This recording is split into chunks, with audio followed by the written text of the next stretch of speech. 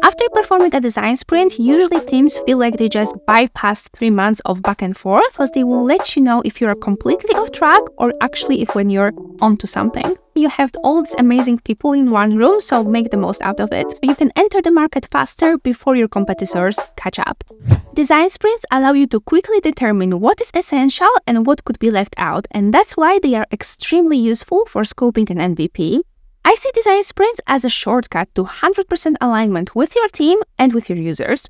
In this video, we will go through the whole process of preparing and performing a design sprint specifically for MVP scoping. I will explain why design sprints are a superior method for this particular use case and why using them will give you a significant advantage over your competitors who are still using slow conventional design processes.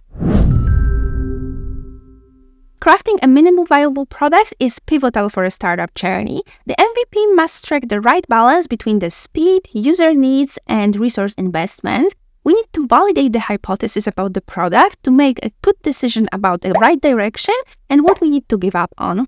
Design sprint is a perfect process for it, and it's quick and focused on iterations. Within 5 days, you will brainstorm with your team, create a prototype, and test it with real users. Design sprints are a total game changer, and I would like to offer a step-by-step guide on how you can implement them in your startup. First, I would like to give you a quick overview about what Design Sprint 4.0 is. It will be just a summary so that you have an idea about the process, and if you would like to find out more about the details, you can visit my website. I will link it below, and also here I'll link the playlist that is all about design sprints. Design Sprint 4.0 takes 5 days. Limiting the scope motivates the participants to keep the scope reasonable and focus only on essentials. The first 2 days of Design Sprint are all about the workshops with your team. We gather everyone to merge their knowledge and perspectives. We go through a series of exercises to explore the problem and potential solutions on Monday, and then synthesize and create a final design concept on Tuesday. Wednesday is a day of prototyping. We create a clickable, mid-fidelity design prototype based on the concept that your team proposed on Tuesday.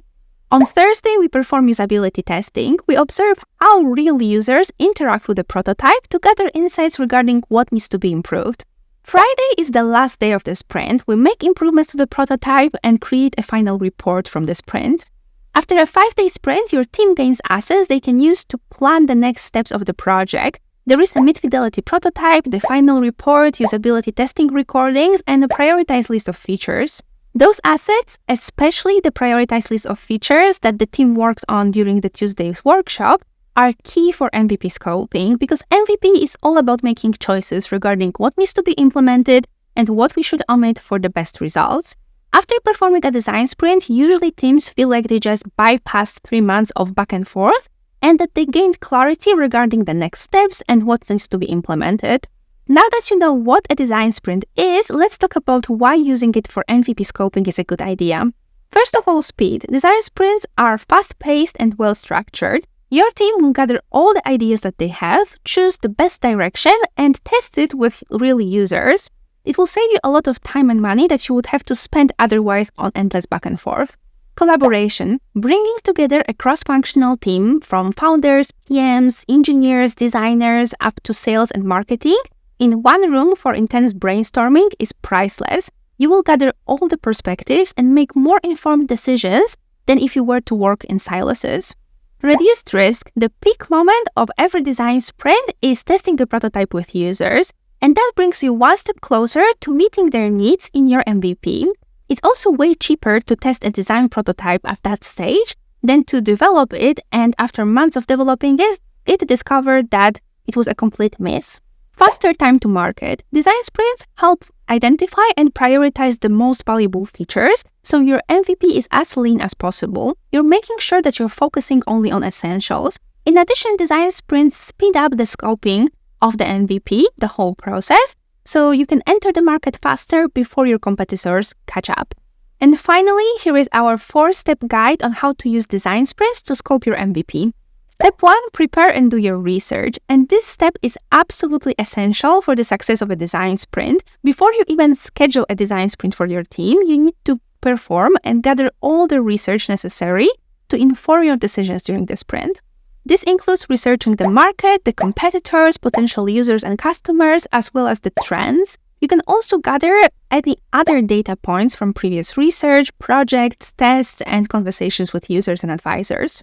Scoping an MVP requires a lot of educated guesses regarding what to include and what to eliminate. At times, that can be extremely difficult because it may feel like it will make or break your product, and that puts a lot of pressure on your team. And I saw sometimes teams just arguing or shutting down because no one was able to make a decision. And at those times, it's extremely useful to have all the data at hand to relieve some pressure from your team.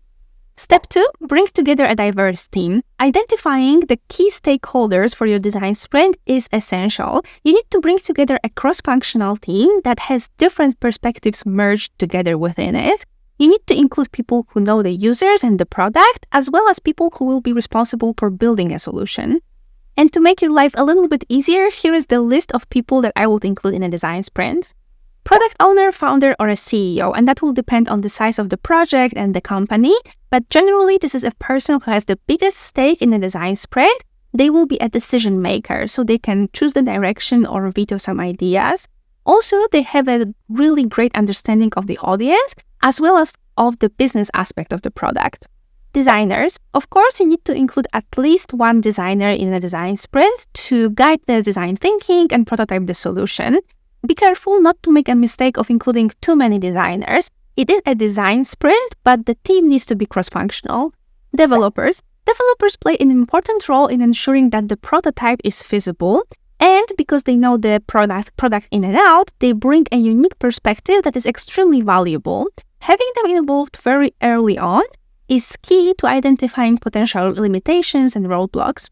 Marketing and sales representatives, including them in a design sprint, ensures that you will have an understanding on how the product will be positioned and how it will be sold. And in addition, they can give you insights to past sales conversations and marketing efforts.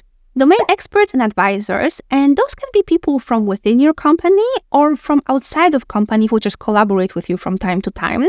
Overall, they bring their knowledge and expertise about a particular field or a market to the design sprint, and they are extremely valuable because they will let you know if you are completely off track or actually if when you're onto something. During the workshop, make sure that all the disciplines are treated equally and that everyone speaks up. At the end of the day, you have all these amazing people in one room, so make the most out of it. Step 3, plan and perform your sprint. Schedule and execute a 5-day process. Remember to stick to the structure and the focus of your sprint, so scoping an MVP. In addition to performing a design sprint correctly, you need to also remember about 2 important aspects: the facilitator and creating and maintaining a momentum. For a facilitator, you want to choose someone who knows the process very well. It can be a senior designer from your team, or if you're open to hiring an external agency, we're happy to help at Outer Design. For momentum, you need to finish the sprint on a high note so that it creates excitement for the next steps of the process. Step 4, plan the next steps and iterate. After finishing a design sprint, it's time to plan your next steps, like in design and engineering work, based on a prioritized list of features and the prototype that you've produced during a design sprint. If you need to perform another sprint for another feature or a particular problem, definitely go for it. Now I would like to talk a little bit more about iterating on your MVP based on user feedback as you move forward with your project. And it's absolutely essential to keep iterating on your MVP scope and on particular solutions that are within it as you go with your high fidelity design and engineering implementation. Here are some steps that you can take to make sure that this feedback loop is open and ongoing even after the design sprint is over. Analyze feedback continuously. Regularly take a look at the feedback that you've received during a design sprint and compare it with ongoing usability tests and user interviews that you're performing later on. See how the direction changes based on what you're implementing and who you're talking to. Prioritize the changes. You absolutely cannot do it all at once, and you definitely cannot stay in analysis paralysis when it comes to your MVP. Create a list of changes that need to be made and regularly share your product with your users to gather feedback and update this list. Test every time. As you're developing your MVP and making changes to the prototype, make sure that you test it with users every time you're making a major change. It will help you validate your ideas, but also identify new problems that may arise with those new solutions. I recommend setting up a cadence for your team for testing with users, for example, every week, at least until you're comfortable with your MVP. And finally, get your reps in. Sometimes getting to a great solution takes 5 iterations and sometimes it takes 15 iterations. And you need to get as many repetitions as needed to get to a final MVP.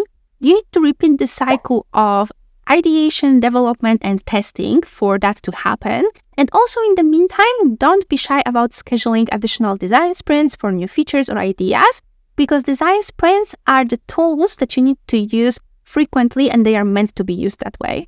Thank you so much for joining me today and exploring design sprints for MVP scoping. You can leave the comment below if you have any questions. Also, I'll link our website below if you would like to schedule a design sprint for your team. Thank you so much for watching and I'll see you soon in the next video.